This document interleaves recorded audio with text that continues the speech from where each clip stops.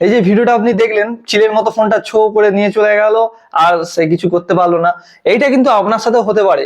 এর জন্য ফোনে একটা সেটিংস আছে, এক্ষুনি সেটিংসটা অন করে নিন, না হলে কিন্তু কিছু আর করার থাকবে না। এর জন্য প্রত্যেকটা স্মার্টফোনের সেটিং এ যাবেন, এখানে দেখবেন থিপ প্রোটেকশন বলে একটা অপশন থাকে। বিভিন্ন স্মার্টফোনে বিভিন্ন রকমের অপশন আসবে। আপনার যদি ফোনে শো না করে বা কিছু বুঝতে অসুবিধা হয়, আপনি কমেন্ট করে জানাতে পারেন, আমি আপনাকে সাজেস্ট করব কিভাবে এই অপশনটা এনেবল করবেন। ভিডিওটা এন্ড পর্যন্ত দেখুন। আপনি যদি ভিডিওটা স্কিপ করে দেন না, ভিডিওটার মেন টপিক আপনি বুঝতে পারবেন না। আপনার ফোনটা নিয়ে চোর চোর বাজারে বিক্রি করার আগে তিনটে সেটিংস করে নিন। সবার প্রথমে সার্চে গিয়ে lock network and security click করো। এখানে ক্লিক করার পর এই অপশনটা অন করে দাও। চোর যখন ফোন সুইচ অফ করবে তার জন্য এরকম পাসওয়ার্ড ছাড়বে, এর জন্য সেটিংয়ে গিয়ে নোটিফিকেশনে গিয়ে লক স্ক্রিনে এই প্রথমে সেটিংসটা অন করে নিন। এর ফলে উপর থেকে নোটিফিকেশন ট্যাগলটা নামবে না।